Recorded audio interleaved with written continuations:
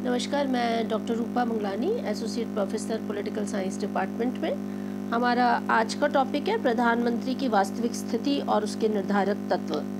जैसा कि अभी हम ब्रिटिश संविधान का अध्ययन कर रहे हैं और हमने ब्रिटिश संविधान में कैबिनेट का अध्ययन किया, प्रधानमंत्री का अध्ययन किया, मंत्रिमंडल में प्रधानमंत्री की स्थिति का अध्ययन किया। तो ये अक्सर प्रश्न उठता है कि क्या ब्रिटेन का प्रधानमंत्री अधिनायक है?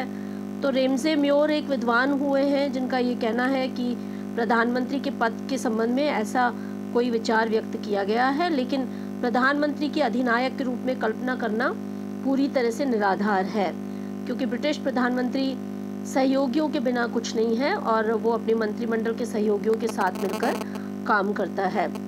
डॉक्टर फाइनर भी ये लिखते हैं कि प्रधानमंत्री सीजर नहीं होता, वह ऐसी देवी शक्ति नहीं है जिसे चुनौती न दी जा सके, उसके विचार भी अनुलंघनीय नहीं है, उसकी सत्ता का एकमात्र आधार यह है कि वो राष्ट्र की कितनी सेवा कर सकता है। तो इस प्रकार हम देखते हैं कि ब्रिटेन का प्रधानमंत्री अधिनायक नहीं है, लेकिन प्रधानमंत्री की वास्तविक शक्तियों के बारे में जो है चर्चा की जाती है। 1976 में कॉटर ने अपनी किताब प्रकाशित की थी जिसका नाम था द गवर्नेंस ऑफ इंग्लैंड, और उसमें भूतपूर्व प्रधानमंत्री हैरोल्ड विल्सन ने स्वयं अपने अनुभव के आधार पर बताया है कि ब्रिटिश प्रधानमंत्री अधिनायक की स्थिति से बहुत अधिक दूर है। उसे कैबिनेट में अपने सहयोगियों, अपने राजनीतिक दल और लोक सदन में अपनी स्थिति को ध्यान में रखते हुए काम करना होता है। ब्रिटिश प्रधानमंत्री की वास्तविक स्थिति और उसके निर्धारक तत्वों के बारे में अगर हम कुछ विशेषताएं देखें जो उसकी स्थिति का निर्धारण करती हैं, तो वो कुछ निम्नानुसार है। पहली बात है कि प्रधानमंत्री का व्यक्तित्व कैसा है। तो प्रधानमंत्री पद की स्थिति सबसे प्रमुख रूप से तो इसी बात पे निर्भर करती है कि उसका व्यक्तित्व कैसा है। लॉर्ड एक्समिथ के मतानुसार प्रधानमंत्री का पद वैसा ही बन जाता है जैसा कि इस पद का अधिकारी उसे बनाना चाहता है। एक और sir Robert Peel, Gladstone, Disraeli, Lord George और विंस्टन चर्चिल जैसे व्यक्ति प्रधानमंत्री बन चुके हैं। मार्गरेट थैचर ने भी प्रधानमंत्री पद को ऊंचाइयों तक ले गई थी, और इस प्रकार हम देखते हैं टोनी ब्लेयर के समय में भी हमने देखा, जेम्स गॉर्डन ब्राउन जो है उनके टाइम में भी देखा। तो इस प्रकार हम देखते हैं कि प्रधानमंत्री पद ने नवीन ऊंचाइयों को जो है उसका कार्य किया है। और एटली जैसे भी प्रधानमंत्री हुए हैं जो अपने सहयोगियों पर अपना प्रभाव स्थापित करने में असफल रहे। ये कहा जाता है कि ग्लैडस्टोन और डिज़रायली, ये जो प्रधानमंत्री थे, ये अपने सहयोगियों से अपनी बात मनवा लेते थे। तो इस प्रकार जेनिंग्स कहते हैं कि प्रधानमंत्री के पद की स्थिति वही होती है जो पद को ग्रहण करने वाला चाहता है और मंत्री उसे बनने देते हैं। दूसरा मुख्य विशेषता दलीय दृष्टि से सरकार के स्वरूप की है। अगर एक दलीय शासन व्यवस्था होती है तो एक प्रकार का प्रधानमंत्री की स्थिति होती है, प्रधानमंत्री सर्वोच्च होता है, सर्वे सर्वा होता है।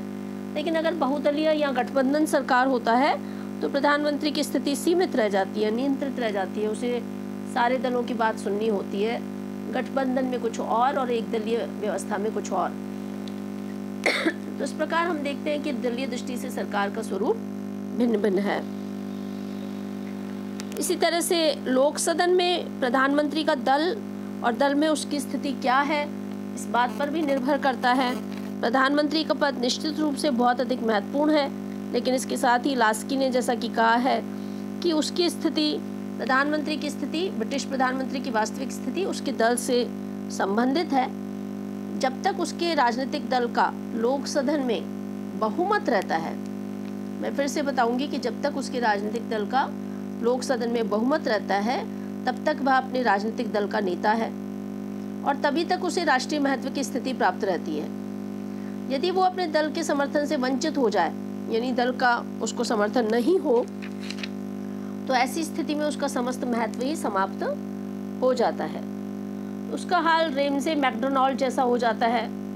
नवंबर 1990 में जब ब्रिटिश प्रधानमंत्री मार्गरेट थैचर थी और लोक सदन में उनके दल को बहुमत नहीं था, तो थैचर को त्यागपत्र देना पड़ा और 28 नवंबर 1990 को जॉन मेजर ने प्रधानमंत्री पद का जो है पदभार ग्रहण किया था। तो इस प्रकार हम देखते हैं कि लोक सदन में दल की स्थिति जो है वो नितांत महत्वपूर्ण है और लोक सदन में जब दल की स्थिति अगर सशक्त होगी तो ऐसी स्थिति में प्रधानमंत्री भी सशक्त रहेगा। दल की स्थिति सशक्त का मतलब है कि लोक सदन में दल का बहुमत रहना चाहिए और जो प्रधानमंत्री है वो भी अपने राजनीतिक दल का नेता हो, तभी उसे राष्ट्रीय महत्व की स्थिति प्राप्त होती है। मान लीजिए दल का समर्थन ही नहीं हो तो उसका महत्व भी समाप्त हो जाएगा। और मान लीजिए वो अपने दल में जो है वो एक कमज़ोर नेता हो तो भी उसकी प्रभावी स्थिति नहीं रहेगी। तो न केवल लोक सदन में उसके दल की स्थिति मजबूत रहना चाहिए, बल्कि दल के अंदर प्रधानमंत्री की स्थिति भी मजबूत रहनी चाहिए। तो ये आप देखते हैं। इसी तरह से तत्कालीन परिस्थितियां जो हैं वो भी बहुत काम करती हैं। समकालिक परिस्थितियां कैसी हैं? जिस समय प्रधानमंत्री पद पर वो व्यक्ति आसीन रहता है उस समय की राष्ट्रीय और अंतर्राष्ट्रीय परिस्थितियां कैसी हैं, इस पर भी निर्भर करता है। मान लीजिए परिस्थितियां सामान्य हैं, विश्व राजनीति में भी परिस्थितियां सामान्य हैं और घरेलू राजनीति भी स्थितियां सामान्य हैं, तो प्रधानमंत्री के पद की स्थिति भी मजबूत रहती है। और अगर उसके कार्यकाल की परिस्थितियों में मान लीजिए अंतर्राष्ट्रीय परिस्थितियां ठीक नहीं हैं, युद्ध हो रहा हो या फिर आर्थिक संकट हो, वैश्विक आर्थिक संकट हो या विषम काल हो, कोई महामारी हो या कोई अन्य चीज़ें हों, तो ऐसी स्थिति में जब युद्ध होगा, आर्थिक संकट होगा, अन्य प्रकार के विषम काल होंगे भारी स्थितियों में, तो एक सीमा तक प्रधानमंत्री अपने विवेक के आधार पर काम कर सकता है। सामान्य परिस्थितियां होंगी तो प्रधानमंत्री को हर बात जो है वो मिलजुल कर निर्णय लेने होंगे, सारी स्थितियों पर चर्चा करनी होगी, लोक सदन में अपनी बात कहनी होगी। लेकिन अचानक अगर कोई आपातकाल आ जाए तो ऐसी स्थिति में प्रधानमंत्री पदधारी जो है वो सशक्त हो जाता है, क्योंकि उसके विवेक के आधार पर उसे तुरंत अविलंब निर्णय लेने होते हैं। तो अविलंब निर्णय की स्थिति में जो है प्रधानमंत्री सशक्त बन जाता है। मैं आपको एग्जाम्पल देना चाहती हूँ कि लॉर्ड जॉर्ज और चर्चिल बहुत ही शक्तिशाली प्रधानमंत्री थे, क्योंकि चर्चिल के टाइम में जो है वो विश्व युद्ध था और ऐसी स्थिति में जो है युद्ध हो रहे थे अंतर्राष्ट्रीय स्तर पर, तो ऐसी स्थिति में युद्धकालीन स्थिति रही, तो ऐसी स्थिति में प्रधानमंत्री भी बहुत सशक्त बन जाते हैं। तो इसलिए आप देखें कि इस प्रकार हम देखते हैं कि प्रधानमंत्री पद का व्यक्तित्व कैसा है, वो खुद कैसा है, वो कितना नेतृत्व क्षमता से युक्त है, कितना कुशल उसका मार्गदर्शन है, वो कितना मजबूत व्यक्ति है, उसकी पर्सनैलिटी कैसी है, उसका पर्सोना कैसा है। तो ये प्रधानमंत्री का व्यक्तित्व भी निर्भर करता है। इसी तरह से दलीय दृष्टि से सरकार का स्वरूप कैसा है। अगर एक दलीय व्यवस्था होती है तो शासन सत्ता भी सशक्त रहती है, और अगर बहुदलीय व्यवस्था रहती है, गठबंधन सरकार रहती है, तो गठबंधन के बाकी घटकों का कहना मानना पड़ता है, तो प्रधानमंत्री की शक्ति उतनी अपेक्षाकृत सशक्त नहीं होती।